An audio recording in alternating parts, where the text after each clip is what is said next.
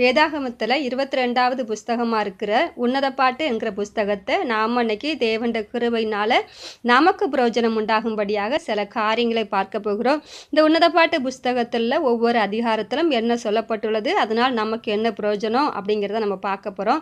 அதுக்கு முன்பதாக இந்த உன்னத பாட்டு புஸ்தகத்தை குறித்து சில காரியங்களை அறிந்து கொள்வோம்.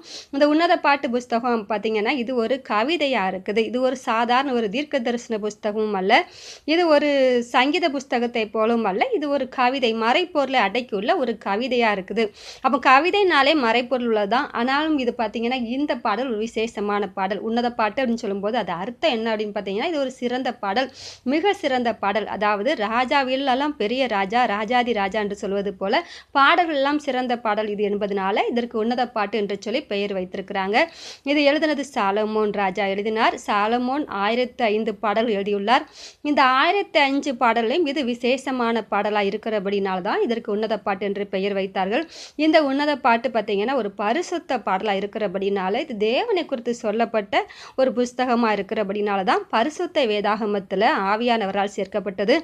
இந்த உன்னத பாட்டு பார்த்தீங்கன்னா இது வேத புஸ்தகத்தில் அது இடம்பெறாதபடிக்கு வேத அறிஞர்கள் அநேகர் இதை தடை செய்திருக்கிறாங்க. இது இடம்பெறக்கூடாது, ஏனென்றால் இதில் ஒரு தவறான சில வார்த்தைகள் இருக்குது, வாலிப பிள்ளைகளை திசை திரும்ப பண்ணுகிற வார்த்தைகள் உண்டு என்று சொல்லி அவர்கள் சொல்லி கொண்டார்கள். இது சாலமோனுடைய சொந்த வாழ்க்கையில் உள்ள ஒரு பாடல், இது தேவனை குறித்ததானது அல்ல.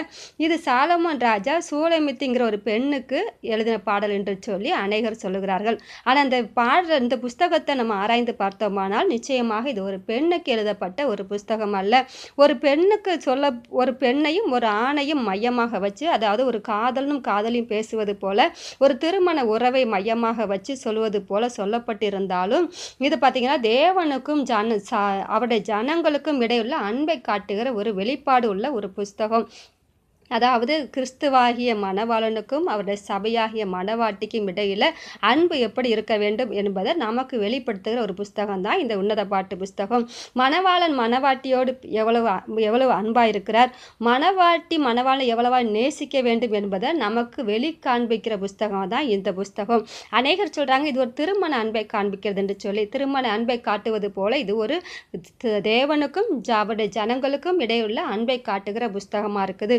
ஒரு மனுஷன் தேவனுடைய சமூகத்தில் போக தகுதி பெற வேண்டுமானால் அவன் தேவன்கிட்ட எவ்வளவு பற்றுதலாக இருக்க வேண்டும், எவ்வளவு அன்பாக இருக்க வேண்டும் என்பதை இந்த புஸ்தகம் நமக்கு வெளிப்படுத்துகிறது. அதுபோல தேவனாகிய கர்த்தர் ஒரு மனுஷன் மேலே எவ்வளவு அன்பாக இருக்கிறார் என்பதையும் இந்த புஸ்தகம் நமக்கு வெளிப்படுத்துகிறது.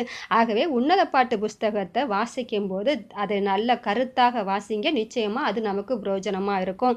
அப்புறமா உன்னத பாட்டு புஸ்தகத்தில் சில காரியங்களை நம்ம பார்க்கும்போது அந்த உன்னத பாட்டு புஸ்தகம் பார்த்தீங்கன்னா 8 அதிகாரங்களை அடக்கியுள்ளது. அந்த 8 அதிகாரத்திலும் ஒரு 6 பாடல்களாக அவர்கள் பிரித்துள்ளார்கள். அதாவது 6 பாடல் அப்படிங்கும்போது மணவாளனுக்காக மணவாட்டி இயங்குவது போல முதலாவது பாடலும், 2வது பாடல் பார்த்தீங்கன்னா காதலர்கள் ஒருவரை ஒருவர் தேடுவது போலவும் அவர்கள் சந்திப்பது போலவும் 2வது பாடலும், 3வது பாடல் என்ன பார்த்தீங்கன்னா திருமண ஊர்வலம் போல 3வது பாடலும், 4வது பாடல் என்ன அப்படின்னு பார்த்தீங்கன்னா மணவாளனை மணவாட்டி இழப்பது போல அவர் கனவு கண்டு பயப்படுவது போல ஒரு 4வது பாடல், 5வது பாடல் பார்த்தீங்கன்னா மணவாட்டின் அழக மணவாளன் வர்ணிப்பது போன்ற ஒரு பாடல், 6வது பாடல் ஒரு அளவு கடந்த எல்லையற்ற அன்பை குறிப்பது